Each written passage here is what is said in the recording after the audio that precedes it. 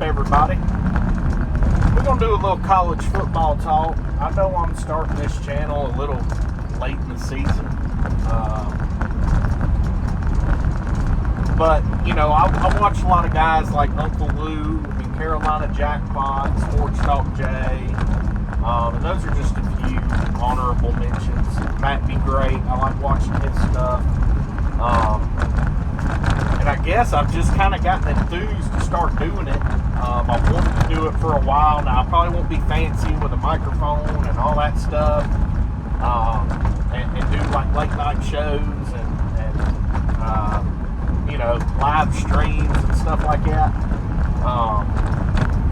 But you know, I do like talking college football, and it's something that I'm pretty passionate about, and I watch it pretty heavily.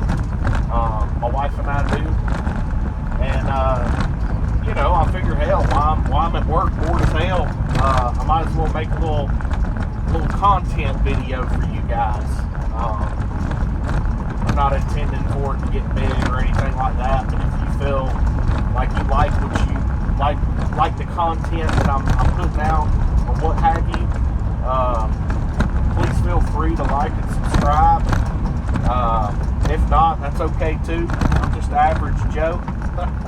Not putting a whole lot into it. Don't expect to get a whole lot out of it. But I want to start off talking college football. There's a couple games this weekend. If you don't know anything about me, don't worry, I don't expect you to. But I'm a Georgia fan. Go Dogs. A little bit about my background. I grew up a Georgia fan.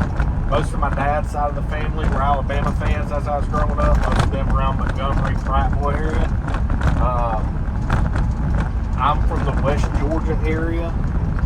And my mom's family is mostly Georgia fans, so I guess you could say I probably kind of got indoctrinated by them.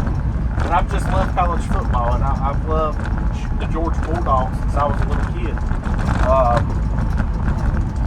I'm going to talk about Georgia and Auburn.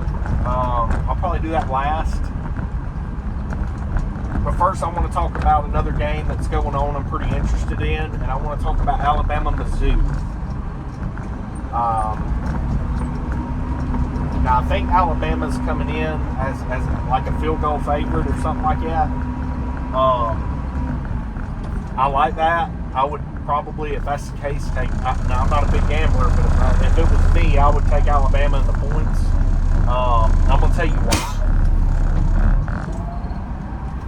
I really like Ty Simpson. He is leading this football team. He's a tough, gritty quarterback. He is operating that offense at an extremely high level, and he's a Heisman level quarterback. Offensively, they've done nothing but get better since the beginning of the season. Defensively as well. A lot of really, really fast, twitchy guys on that defense. I really like LG Overton. Really like Justin Jefferson. I can't think of that kid's name. Hubbard. I like him. Pretty tough, gritty, hard-nosed football player. I believe he plays safety. Comes downhill pretty good. Great tackle. Alabama's been playing a little better against the run. Not great, but better. And they're still really good against the pass. They've been causing a lot more havoc here lately.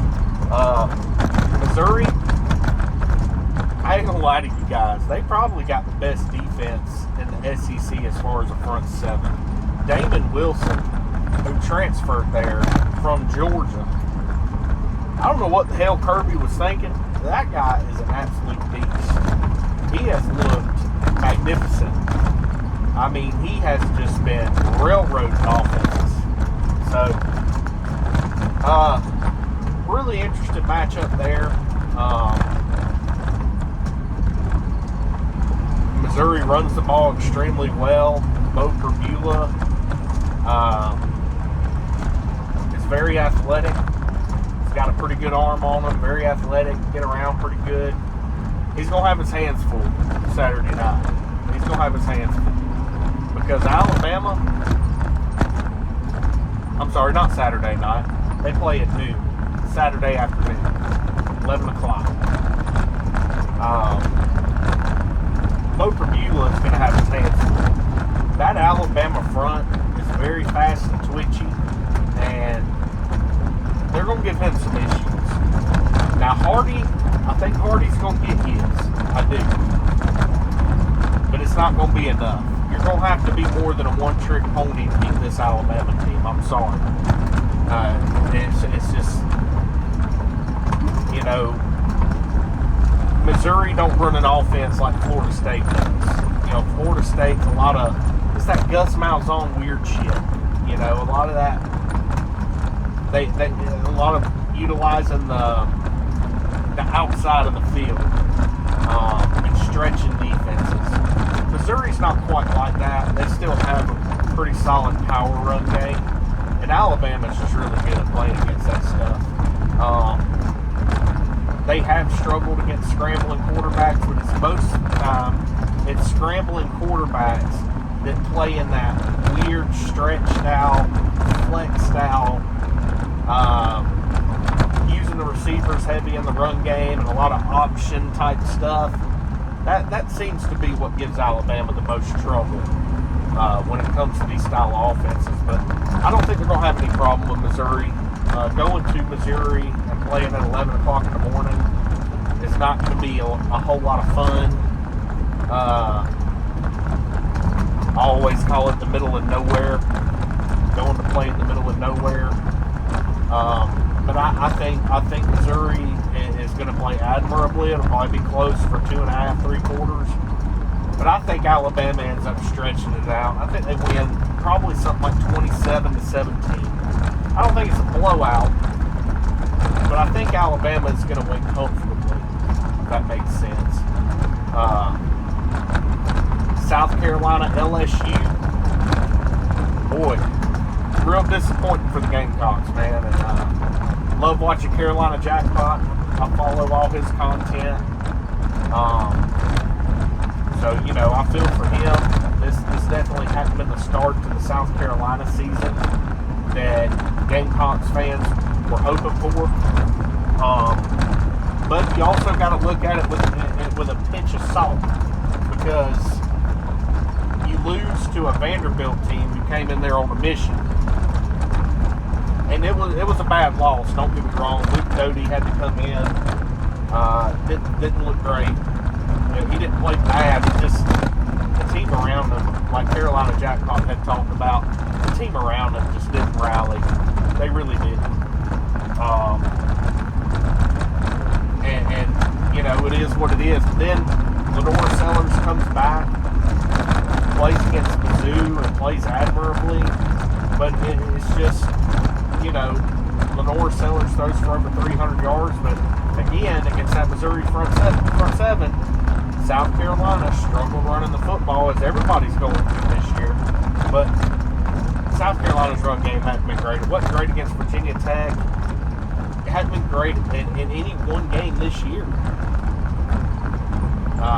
But, you know, we'll see. South Carolina seems to be one of those teams. I'm just going to be honest with you. They started off against Old Dominion last year. And, boy, they looked like they were going to be really, really bad. And they came back and had a great season and went down in 3. Turned it around. I'm kind of sensing that South Carolina might be a team that gets a little bit better as we go along into the season. It kind of seems like that's what's going to happen, and it's my gut feeling about it. And if that happens, watch out, because South Carolina's got guys. And it could start here in this game. But LSU's defense has looked really good this season. I mean, really good. Their offense has struggled. And I think that is what's going to hurt them a little bit in this one. I think that South Carolina's going to be able to, with Dylan Stewart and those guys, they're going to be able to get pressure on Garrett Nussmeier. And, you know, LSU hadn't ran the ball great this year either. But I just look at the deciding factor being I trust Lenore Sellers more than I trust Garrett Nussmeier to make a few more plays. And I think South Carolina gets the big win that they need. Because they're in a brutal stretch right now, and they need this game. If they're going to salvage any part of this season, it has to start here. This is the game to do it. This is an LSU team that hasn't looked as good as we thought they were. I myself, with me and my friends, we talked about football before the start of football season, and I had told them I thought LSU was going to win the SEC championship this year. They looked that good on paper to me. And, you know, after the Clemson game, I felt pretty good about it. But as the season has gone on, I don't feel good about that pick. But we'll see. We'll see. Time will tell. But it don't look great. Let's see. What other games? I guess those are really the big three. We could talk about Indiana. I'd rather not. I need to see a little bit more out of them before I'm willing to say that, you know, they're worth really following and paying attention to. Because right now, for me, the Big Ten teams that I'm really concentrated on is Oregon and Ohio State.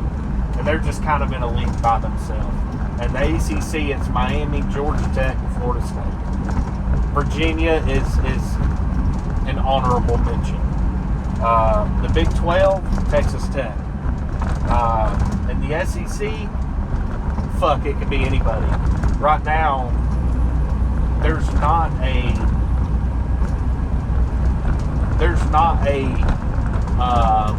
elite above the rest of the pack team in the SEC. A lot of people are trying to say it's Texas A&M. Get the fuck out of here.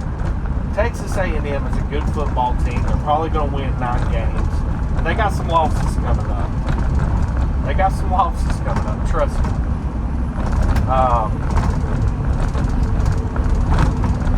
But, you know, Texas, Oklahoma, this isn't real hard for me. Arch Manning's looked really bad. There's nothing that he has done that has impressed me this year at all. And it doesn't matter what quarterback plays for Oklahoma. I got Oklahoma winning and winning big. And I mean something like Oklahoma 34, Texas 21, Texas 17, 34-17, 31-17. It's not going to be that close, guys, in my opinion. Now, I could be wrong. That's the way I see it. Georgia and Auburn.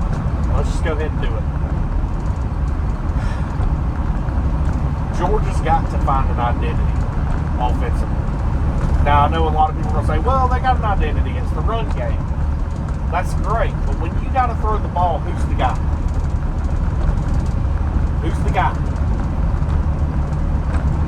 And just, when you're in 3rd and 8, I mean, we've seen a few plays from Colby Young, from Branch. We've seen London Humphreys make a big play at Tennessee. Beautiful catch. But I watched against Alabama on 4th and 1. We handed the ball to Cash Jones to go around right tackle. Maybe Kirby thought he was going to catch Alabama off guard with that. Maybe. But I have to be honest with you guys. That was a bad call. We haven't found a true identity in our passing game, and it's hurting this football team. It is absolutely hurting this football team. And on defense, when are we going to start playing man coverage, press man coverage, and giving this D-line a chance to get some fucking push? I mean, we're playing 8 to 10 yards off these receivers, even when we're playing man. And they're just crossing our faces and just taking these catches. I get so damn frustrated watching it because I'm like, Kirby, man, you got 5 stars all over the damn place. And you're just playing this shallow coverage and not even giving your defense a chance. These quarterbacks get the ball out of their hand about 3 or 4 seconds. But I'm curious to see if Kirby changes it up a little bit and starts bringing these guys up to play a little bit more man, a little bit more bump and run, man to man. And I know, guys. I know a lot of you are going to say, "Well, then you risk getting beat over the top." We've been getting beat over the top. That's true. But guys, I'd rather get beat over the top playing press man to man and giving our defensive line a chance to get through there, give them a little extra time and make something happen, than standing back 8 yards off the receivers and letting them grab 6 to 8 yards every time they want to throw it in front of the defender. These slants and these post routes are killing us. We're getting our faces crossed out there. So, anyway, that's kind of my view on it. I'd like to see some more sacks. I'd like to see some more pressure. But the bottom line is, guys, until Kirby feels confident enough in these guys to play more press man and give these defenders a little bit more time to get there. I mean, I heard Kirby in his press conference talking, and I know he's just joking. He's just kind of poking fun, so to speak. But he mentioned, well, I might just rush 1 and drop 10. What the fuck is that going to solve, Kirby? I mean, rushing 3 or 4 ain't working. But it's because of the way your secondary is playing 8 to 10 yards off the fucking receivers.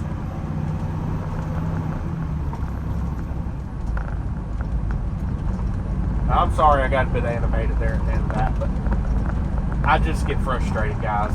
But I think things are going to change here at Auburn. It's got to. Jackson Arnold's an athletic cat. He can get out of the pocket. He can make things happen. He can buy time. He loves taking those deep shots.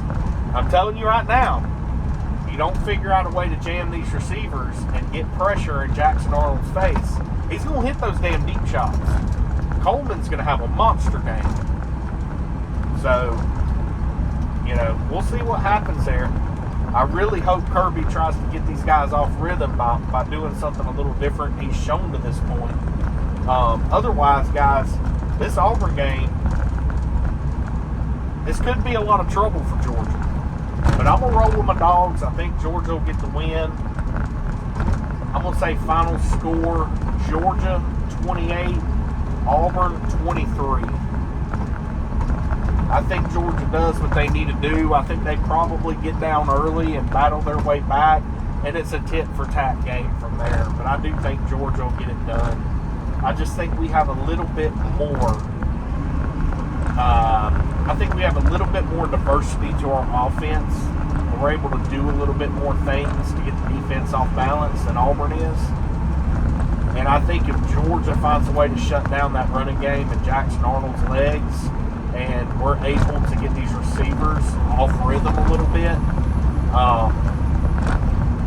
it could be a long day for Auburn too. So anyway, tell me what you think, guys. Feel free to like and subscribe. Join the channel. We're a new channel. We're trying to build this thing up a little bit. I ain't trying to get huge with it and, you know, have a whole lot of expectations out of it. But that's kind of my take on this week's games. Peace.